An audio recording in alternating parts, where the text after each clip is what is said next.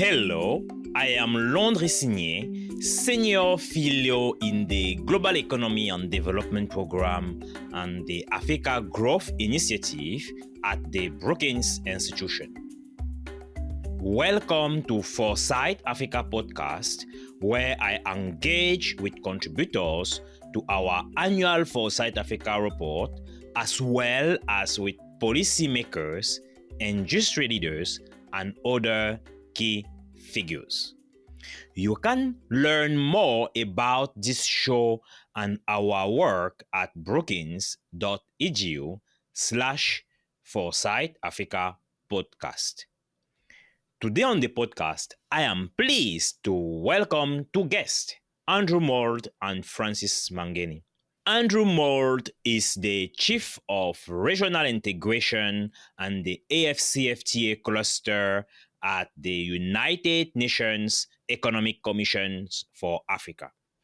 Dr. Mould has served in various capacities at UNECA prior to his current position, from the acting director of the Sub-Regional Office for East Africa to a senior economics affairs officer. Francis Mangeni is the advisor on economic integration, Office of the Secretary General of the African Continental Free Trade Area.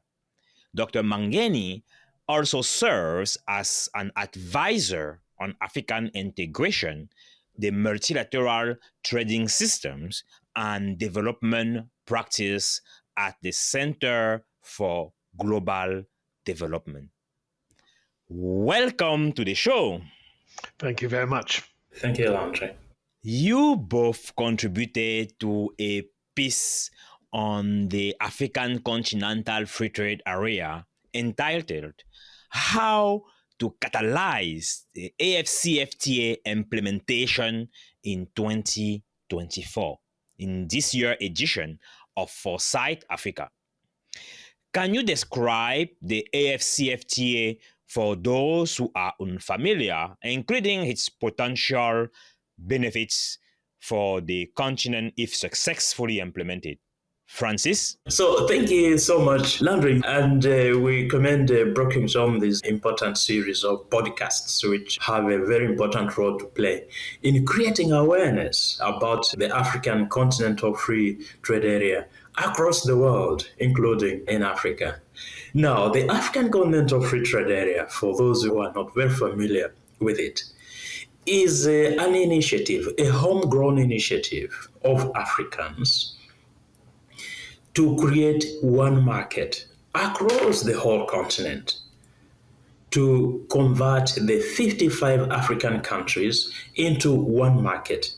And by market, we mean where there is free movement of goods, services, investment, people, and also cooperation, all the important trade-related areas such as competition, intellectual property, digital trade, women and youth in trade, and then, of course, the dispute settlement. We need a system for settling disputes so that trade and investment can happen smoothly, unimpeded.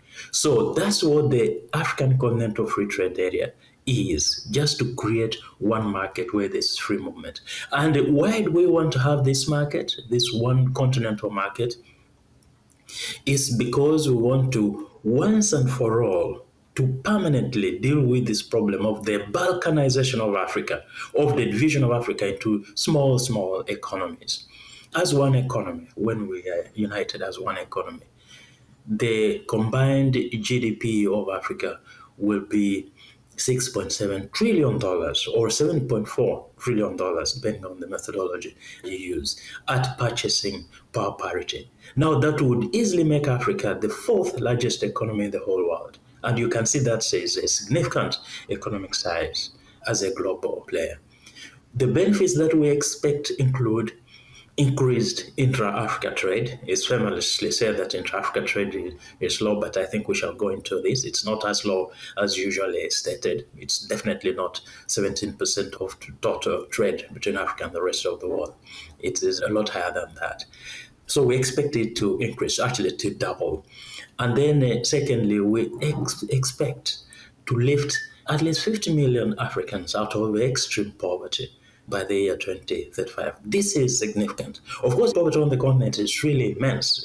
All right, we're talking about more than 700 million people living in extreme poverty. But nevertheless, we have to start somewhere. So this will be a huge contribution to that. Of course, the African GDP will increase, incomes will increase, women will benefit, and there will be actually benefits across all the sectors and for all the countries, though we expect agro-manufacturing to benefit immensely. But then politically also, we shall be able to have stronger agency across the world, because speaking with one voice as a bloc of 55 countries gives us a stronger voice. This includes in international arenas like the United Nations, the World Trade Organization, but also engagements with the strategic partners such as China, Japan, and all these Africa Plus One summits. So this would be what the AfCFTA is and what we expect to benefit from it. That is fantastic, Francis. And it is clear that the combined consumer and business spending will reach $6.7 trillion by 2030 and can even exceed $16 trillion by 2050. What is the agreement's current state of implementation? For example, which country are trading under the AfCFTA rule? Andrew, and please feel free also to expand on the previous question. Yes, I mean, just to add to what Francis was saying about the main objective of the AfCFTA, the Economic Commission for Africa has undertaken with CEPI in Paris simulation work on the impact of the agreement once it is fully implemented. And we estimate that there will be an increase by 2045 by 35% in intra-African trade. And that's the continental average, actually. So if you look at sectors which are particularly important to the continent in terms of its structural development and diversification, then you'll see that the increases in intra-African trade will be much higher. So agri-food, for example, is forecast to go up by 54%, in services 38%, industry in general 36%. So there will be a very significant impetus to those inter-Africa trade. And that has a lot of importance for the continent. In your own work, Landry, I think you've stressed the potential opportunities for Pan-African businesses, and giving African companies and firms the space to develop on a regional scale will give them better opportunities also to compete both within the domestic markets and also internationally. So you asked the question about, the current status of implementation and countries, how much they're trading under the agreement. It's important to start by stressing that of the 54 signatories of the AfCFTA, 48 countries have now ratified the agreement, which means, in principle, it is now fully operational for those countries. Back in 2022, in October, there was the Guided Trade Initiative, which was the first attempt to actually practice trading under AfCFTA rules and regulations. And at the time, 8 countries participated in that first phase. It's very welcome to see that this time round, there's a second round of the Guided Trade Initiative. We now have 29 African countries expressing their interest. So there's a lot of countries which are now keen to start trading under AfCFTA rules and regulations. Yeah, if I can add to that as well, I think some of the significant developments recently, just building on what Andrew has just said there about the Guided Trade Initiative, are that some big economies have joined now. For instance, South Africa just launched its first consignment by exporting to Kenya under the AfCFTA rules. That was immensely important. And then Nigeria has also just done that, which is immensely important. So just to build on what Andrew said, from the 8 countries that participated, we have had actually a number of countries that have subsequently actually dispatched consignments under the AfCFTA rules and procedures. And then, of course, we are hoping that this month, October, we are going to have the second iteration, just as Andrew said. Francis, you mentioned the guided trade initiative and you mentioned 8 countries, but I also know that the Secretary General announced during Davos and also another event we hosted him here in Washington, D.C. at Brookings, the expansion of the number of countries. So, has there been an increase in or let's say intra-regional trade under the AfCFTA since its official launch, especially for those countries which were part of the guided trade initiative? And I see that Andrew want to step in here. Please, Andrew.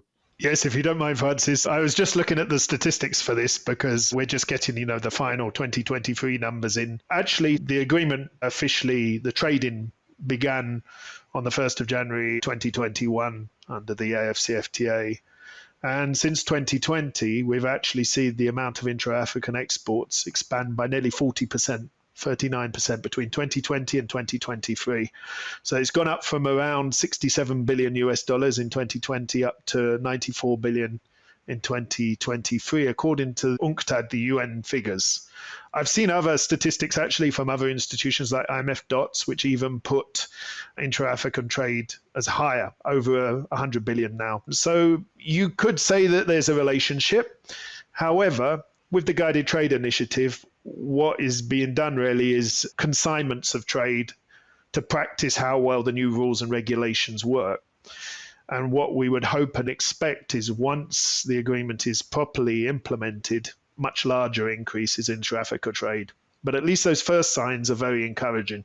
So what I can also tell you is that the AfCFTA Secretariat, we have sent out a questionnaire to countries, all right, and then to also industry, private sector, to actually give us, information from their own sources on the trade that is happening. Now, I would like to make maybe 2 points, Landry, if you don't mind.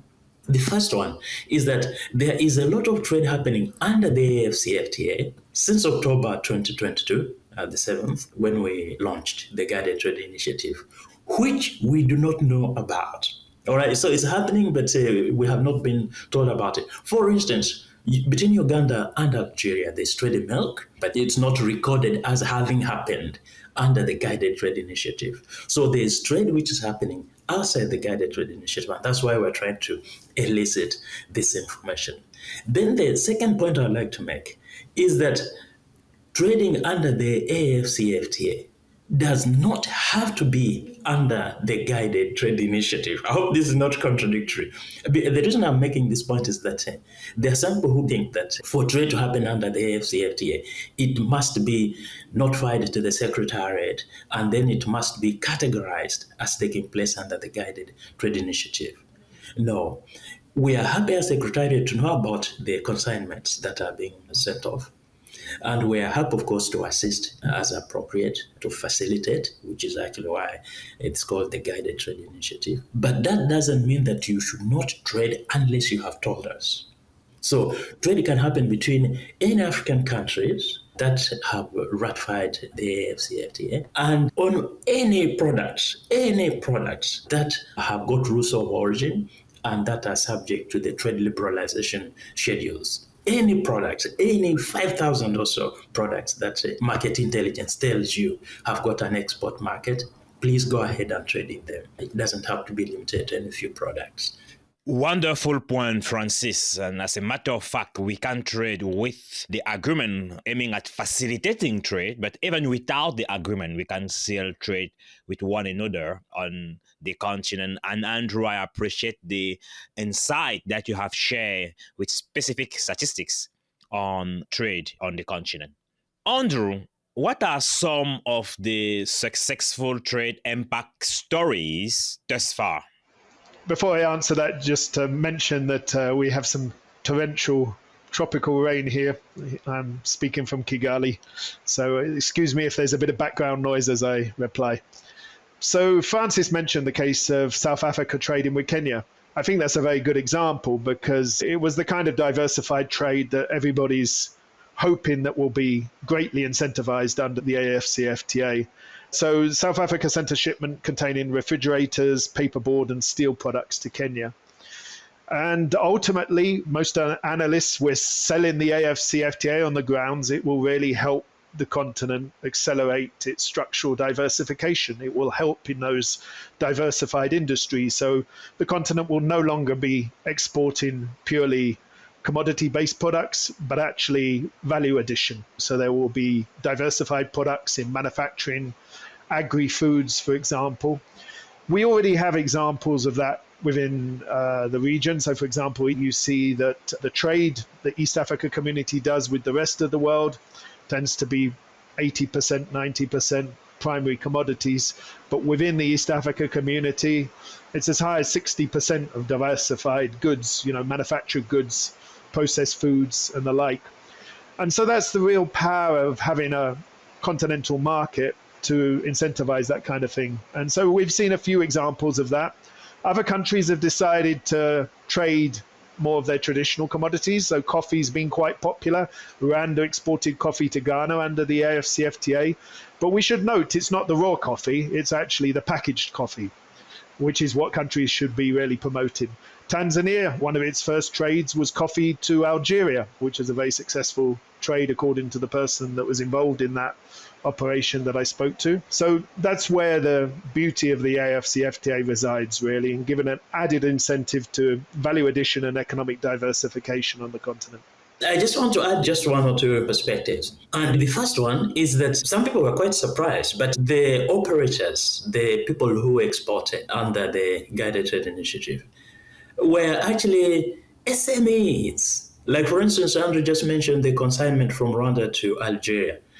The exporter from Rwanda, who also has a company in Ghana, was actually a small to medium enterprise and a woman, you see. So there's that gender dimension as well.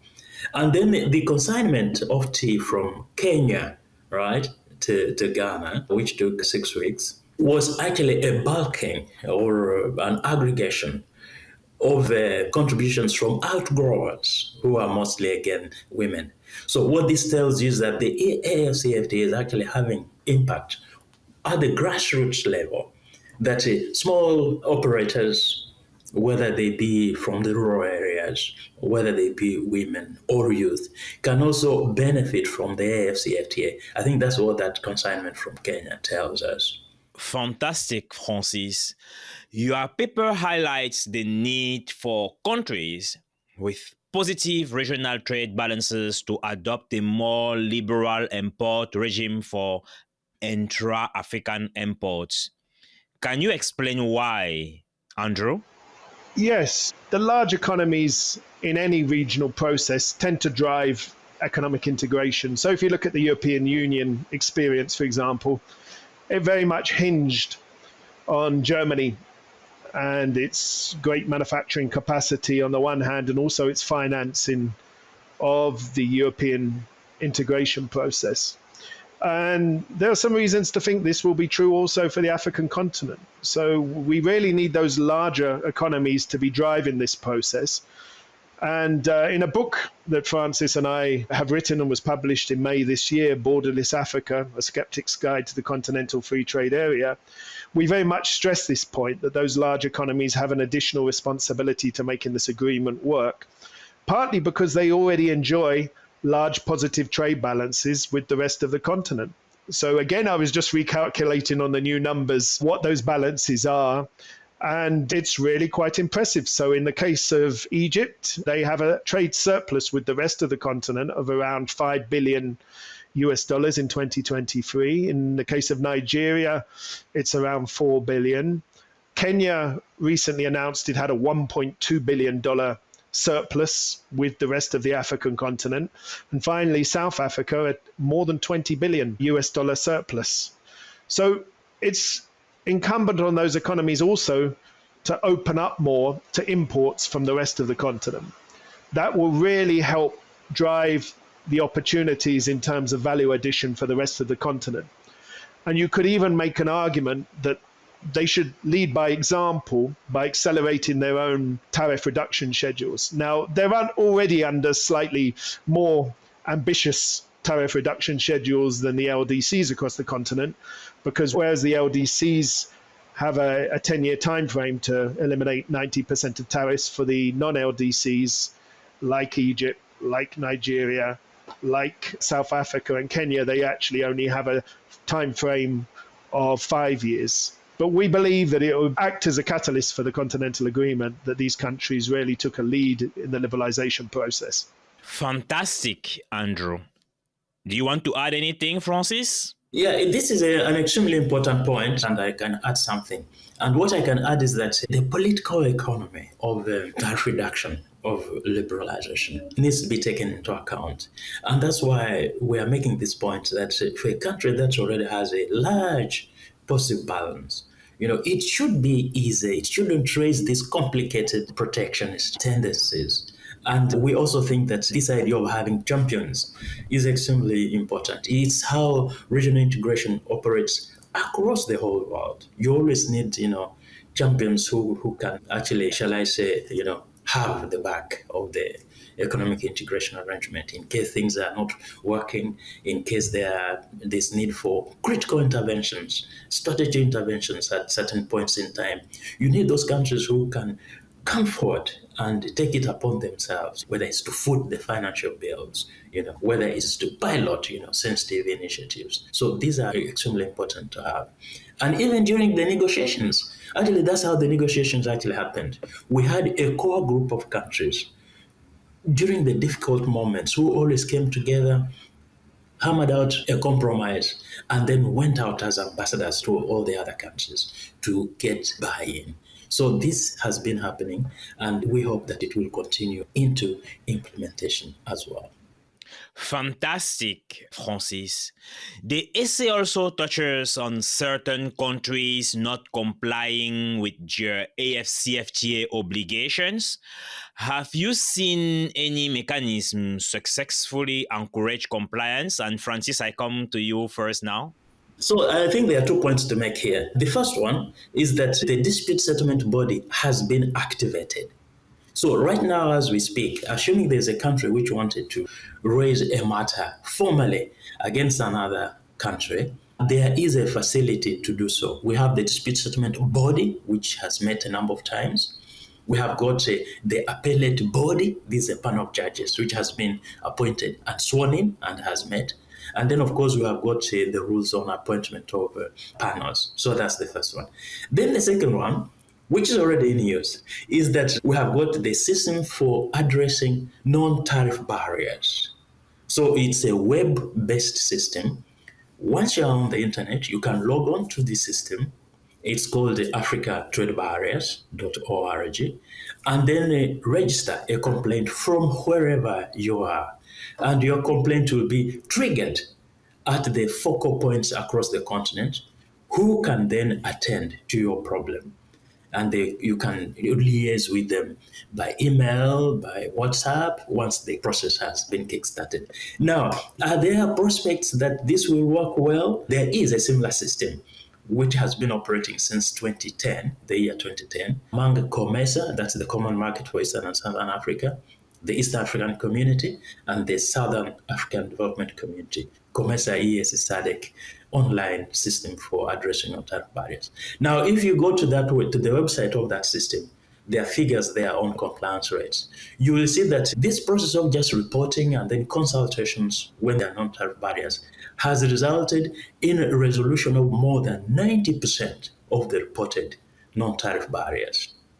So it has been immensely successful. But of course, for those non-tariff barriers which are not resolved through informal consultations, then the formal consultations can kick in, where the matter is raised in a formal meeting, for instance. And then countries can talk to each other and see how this can be addressed. Now, when you add that aspect as well, the number reaches up to 99% of the reported NTBs. So the prospects are good because the similar system, which is already working in COMESA, EAC, and SADC, has proved to be immensely successful. And if you go to the website of that system, which is www.tradebarriers.org, you will see that the numbers are actually there, which show that it has been easy to eliminate non-tariff barriers using just informal consultations. And where informal consultations have not worked, then the matter has been referred to bilateral meetings, formal bilateral meetings, which have even helped to increase the performance of that system. If I may just come in there, actually, I was just going to add, part of it is not a question of compliance, it's actually just raising sufficient awareness amongst customs officials and authorities about the necessary documentation to be able to trade under AfCFTA rules. So we were recently in Cameroon, and officials there were explaining they wished to import a consignment of fertilizer from neighboring Nigeria, but were unable to do so because the AfCFTA rules of origin certification wasn't available. And so that's precisely when Nigeria becomes involved with the Guided Trade Initiative now. Those kind of problems should be resolved, and those trades take place under AfCFTA rules. So I really think you're going to see an acceleration over this coming year of the pace of implementation. I like the point you are making, Andrew. And how do African policymakers and officials accelerate the implementation of the AfCFTA to deliver better trade and industrial development outcome across Africa, Andrew? I think one key recommendation is a need to focus initially on the tariff liberalization and the removal of the non-tariff barriers to intra-African trade. The AfCFTA, as Francis was saying in his opening remarks, is a very ambitious agenda. It's about creating a continental market, and there are many aspects to that, whether that's related to rules on intellectual property, competition, digital trade, services liberalization, and the like. All that is very important, but its heart, this is at this current stage a free trade agreement, and we need to make the free trade agreement work effectively. That requires member states to respect the tariff reduction schedules that they've signed up to. So for LDC African countries, they have a 10-year time frame to reach a 90% liberalization and an additional 3 years to reach 97% of tariff lines being liberalized. It's important that member states respect that, because if they do not, the new market opportunities won't open up for their trading partners. So in a sense, it's very important that all countries behave like good African citizens, in the sense that they work hard at liberalizing imports, because at heart, a free trade agreement like this is an agreement on the import side rather than the export side. For people's export opportunities to materialize, we need countries to really follow up in terms of making sure that they do everything possible to liberalize trade imports and remove the non-tariff barriers. That way, their own exporters will also have more opportunities if their trading partners do likewise. So it's a question of building up the trust and confidence that this continental market is really a dynamic, growing proposition for everybody. Yeah, Landry, if I can just add this, I usually like to unpack what exactly implementation means, just as a framework for discussing this matter or talking about it. So implementation, as I understand it, can refer to, first of all, the initial stages of signature and ratification. So those have to be done. So we need to complete the ratification process, and we still have 7 countries to go. And then after ratification, we need domestication. Domestication is now the process of giving the AfCFTA the force of law within the country, of putting in place policies that are needed in order for the AfCFTA to be in place, to be operational in place. So after domestication, then you need utilization. Landry, you do a lot of work in the area of promoting investment, like the white paper, which was launched at the World Economic Forum this February.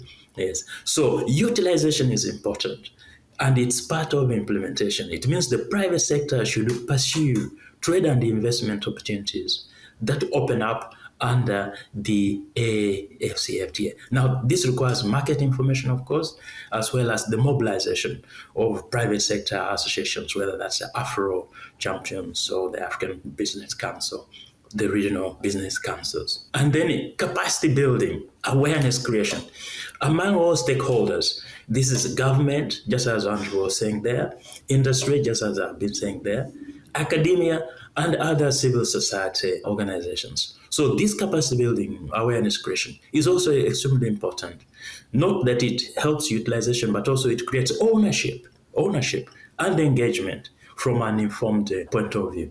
And then lastly, follow up. We were talking about enforcement just a moment ago. So follow up is extremely important. Also in the context of monitoring and evaluation. What are we learning? What is working? What's not working so that we can fix it? So I believe that such a framework can help us to talk about implementation in a comprehensive way so that we don't forget an aspect which is part of the ecosystem for the implementation of the AfCFTA. Insightful, Francis. I like the systematic account you provide on better understanding implementation and the implications for multiple stakeholders. And thank you for highlighting also the work that we do along those lines, Francis, but also Andrew, you highlighted that earlier. So, as you know from previous Foresight Africa podcast episodes, I love finishing the session with a couple of questions for all my guests. AGI look at Africa from an economic perspective, and we focus on how to maintain economic growth and structural change while fostering inclusion, especially for youth and women on the continent. Building on your work and experience, what is one piece of advice you will give to other African and global policymakers to encourage and promote free trade and regional integration on the continent? Go ahead, Francis. So I have worked in various regional integration arrangements on the continent. Now, what I have seen over the years, and we don't talk a lot about this, is that we need to minimize audit queries. All right, audit queries in the way secretariats are managed, in the way finances are managed, human resources are managed. And the reason I'm saying this is because we have had cases where you go into a meeting, even at the ministerial level, even at the summit, and more than 90% of the time is spent not on substantive agenda items of regional integration, but on audit queries. Now, this takes away the time that's required for actually focusing on the substantive issues of regional integration. So I would advise that we also pay careful attention to these aspects of how secretariats are managed, of the operational and institutional arrangements, of the governance arrangements of our organizations, how our summits managed, how our councils of ministers managed. And the President Kagame has highlighted the importance of getting this right, of making sure that we have efficient organizations that run well in order to minimize, excess baggage and wastage of time and wastage of resources. So I thought I should point out this because it's not in the mainstream of the discussion much of the time. Thank you, Francis and Andrew, please. Yes, I have an additional observation to make here, and I think it's about the way continental integration is sold, because often it's talked about in rather limited terms of opportunities for SMEs and small cross-border traders and the like. And in reality, continental integration is far more ambitious than that. It's about giving rights and entitlements to Africans as citizens, as consumers. The general population need to be beneficiaries of this process. So actually in the book that Francis and I wrote together, we very much stress positive examples of things like the One Area Network, which started in the East Africa community over a decade ago. It was Kenya, Uganda, and Rwanda initially. Now Tanzania and Burundi have entered, I believe, South Sudan as well. I believe it's extended to 6 countries now. And this removes roaming charges for people traveling between those countries. And that gives tangible benefits for the citizens of those countries. Another example we cite is in SADC, the removal of differential fees for university students. That's to say, if you're a citizen from a SADC member state, you will be charged, if you study in another member state, the same fee as a national from that country. We need to shift gradually towards an optic where we make people realize that this is done for the benefit of all citizens rather than just for exporters. That's not really the final objective of any integration process. It is for African citizens to benefit across the board. Extremely important, Andrew. And given your successful career and impact, what advice will you give to youth hoping to follow in your footsteps? Andrew, we start with you this time. Oh, goodness. Well, if we're addressing African youth, I often feel very sorry for the state of the African job market. It's very difficult, isn't it, for young people to get their first job experiences, work experiences. There's a lot of qualified young people across the continent, and often they struggle to find those job opportunities. So clearly, you're going to have to be persistent to find those opportunities. And I think you're going to have to build up your career by always looking for new experiences. So anything where you can learn from. I've moved now during my career 7 times. I've lived in 7 different countries. And each time I've moved, it's been a really fulfilling experience where you learn a lot of new things. So I think for young people's curriculums, once you finished your initial degree, does it help build the experience that I have? And that will hopefully ultimately give you the possibilities of the kind of job that you're looking for. Fantastic, Andrew. Francis. Let me first of all say that, of course, we need to get the basics right. Of course, you must be well trained in your area. You must be ambitious, motivated, right? And you must be a go-getter. Go out and be inquisitive. There's a friend of mine, I wrote a book with him called Emergent Africa. It's called Professor Callistus Juma. Well, he passed away, right? So he was born in a village in Western Kenya. And then by the time he was 64, he was advising 67 presidents around the country. He was a professor at Harvard Kennedy School of Government. He had been founding executive secretary of the Convention on Biological Diversity and many, many things. He had been many, many things. So one day I was hosting him when he came to visit us as an organization in Lusaka. And we were moving around talking to students, actually. So at the University of Zambia, one student asked him, but how did you make it from being a village boy, a school teacher, to everything you are? And his response was, I listened to advice. That's what he said. Right. So this is also the same advice I would give to the youth, that in addition to building your competences, capabilities, please work with networks, work with people who are role models. They can help you with connections and with contacts. These things matter. They are not a dirty word, contacts and connections. They really help. Some people even call it social capital. But if you don't work with them, maybe there can be opportunities that you can miss. But these people are mentors, and many of them are happy to help young people make it in life. That's what I can say. Fabulous. Francis, Andrew, thank you so much for joining me today. Thank you very much, Landry, for inviting us. It's been a pleasure to speak with you finally. I've been reading your own publications and research work for a long time now. So, yeah, it's a pleasure to be engaged with you in person. Thank you, Andrew. So I would also just reiterate what Andrew had just said. Both of us greatly value the work that, Landry, that you're doing, and your colleagues, your entire team at Brookings. We cite it quite a bit in our book, Borderless Africa. And we think you're having a very good impact around the world. And as a staff of the AfCFTA Secretariat, I can also take this opportunity to thank you for the partnership that you have with us, not just with the Secretary General himself, but also with colleagues like Esonyum, private sector advisor, where you actually, bring in a lot of knowledge and a lot of networks and teamwork, which helps to publicize the AfCFTA across the world and to bring investments into the continent and to promote investments across the continent by African economic operators. So we encourage you to continue, and we hope that you can always call on us if you need any input whatsoever. We'll be happy to help. Thank you so much, Francis and Andrew. I'm also following your work, citing it profusely. I am Landry Signé, and this has been Foresight Africa.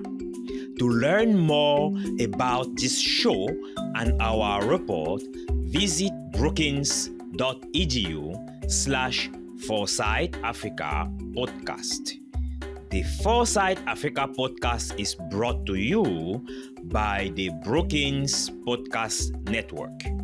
My special thanks to the production team, including Kulaleni Owanga, supervising producer, Fred Duz, producer, Nicole Tungire and Alexandria Cordero, associate producers, and Steve Cameron, audio engineer. This show's art was designed by Shaventi Mendes. Additional support for this podcast comes from my colleagues in Brookings Global and the Office of Communications at Brookings. Send your feedback and questions to podcasts@brookings.edu.